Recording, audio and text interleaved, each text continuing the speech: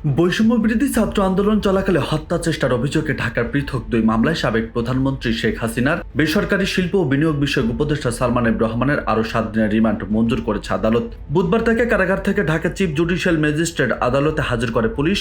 এরপর ঢাকার নবাবগঞ্জ ও দোহারের পৃথক দুই হত্যা মামলায় 7 দিন করে 14 দিনের রিমান্ডে নিতে আবেদন করেন মামলার তদন্তকারী কর্মকর্তা। অপরদিকে তার আইনজীবী রিমান্ড বাতিল চেয়ে জামিনের আবেদন করেন। উভয় পক্ষে শুনানি শেষে Dhaka senior judicial magistrate M Saiful Islam তার জামিন আবেদন নামঞ্জুর করে নবাবগঞ্জের মামলায় 4 ও দোহারের মামলায় 3 দিনের রিমান্ড মঞ্জুর করেন।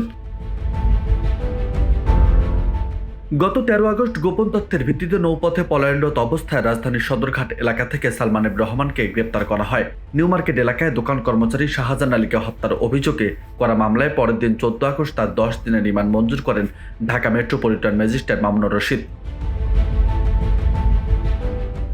বৈষম্যবিরোধী ছাত্র আন্দোলন চলাকালে গত 5 আগস্ট ঢাকা জেলার নবাবগঞ্জ থানা এলাকায় ছাত্রদের হত্যা চেষ্টার অভিযোগে একটি মামলা দায়ের করা হয়। এছাড়া 4 আগস্ট বৈষম্যবিরোধী ছাত্র আন্দোলন চলাকালে ঢাকার দোহার থানা এলাকার ছাত্রদের হত্যা চেষ্টার অভিযোগে একটি মামলা দায়ের করা হয়। দুই মামলায় তাকে গ্রেপ্তার দেখানো আবেদন সহ 7 দিন করে 14 দিনের রিমান্ড নিতে আবেদন করেন মামলার তদন্তকারী কর্মকর্তা। আদালত দুই মামলায় তাকে গ্রেপ্তার দেখানোর আবেদন মঞ্জুর করেন। এরপর শুনানি শেষে নবাবগঞ্জের মামলায় 4 ও দোহারের মামলায় 3 দিনের রিমান্ড নতুন করে দেওয়া হয়েছে। নিউজ ডেস্ক, বার্তা 24।